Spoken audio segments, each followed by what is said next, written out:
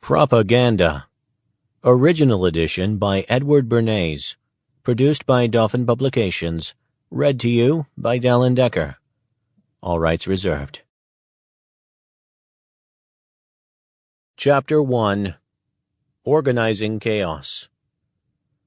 The conscious and intelligent manipulation of the organized habits and opinions of the masses is an important element in democratic society. Those who manipulate this unseen mechanism of society constitute an invisible government, which is the true ruling power of our country. We are governed, our minds molded, our tastes formed, our ideas suggested, largely by men we have never heard of. This is a logical result of the way in which our democratic society is organized. Vast numbers of human beings must cooperate in this manner if they are to live together as a smoothly functioning society.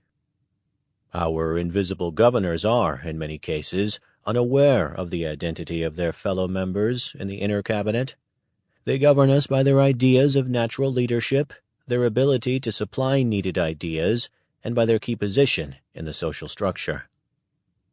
Whatever attitude one chooses toward this condition, it remains a fact that in almost every act of our daily lives, whether in the sphere of politics or business, in our social conduct or our ethical thinking, we are dominated by the relatively small number of persons, a trifling fraction of our 120 million, who understand the mental processes and social patterns of the masses. It is they who pull the wires which control the public mind, who harness old social forces and contrive new ways to bind and guide the world. It is not usually realized how necessary these invisible governors are to the orderly functioning of our group life. In theory, every citizen may vote for whom he pleases. Our Constitution does not envisage political parties as part of the mechanism of government, and its framers seem not to have pictured to themselves the existence in our national politics of anything like the modern political machine. But the American voters soon found that without organization and direction, their individual votes, cast perhaps for dozens of hundreds of candidates, would produce nothing but confusion. Invisible government, in the shape of rudimentary political parties, arose almost overnight. Ever since then we have agreed, for the sake of simplicity and practicality, that party machines should narrow down the field of choice to 2 candidates or at most 3 or 4. In theory, every citizen makes up his mind on public questions and matters of private conduct. In practice, if all men had to study for themselves the abstruse economic, political, and ethical data involved in every question, they would find it impossible to come to a conclusion without anything. We have voluntarily agreed to let an invisible government sift the data and high-spot the outstanding issue so that our field of choice shall be narrowed to practical proportions. From our leaders and the media they use to reach the public, we accept the evidence and the demarcation of issues bearing upon public question.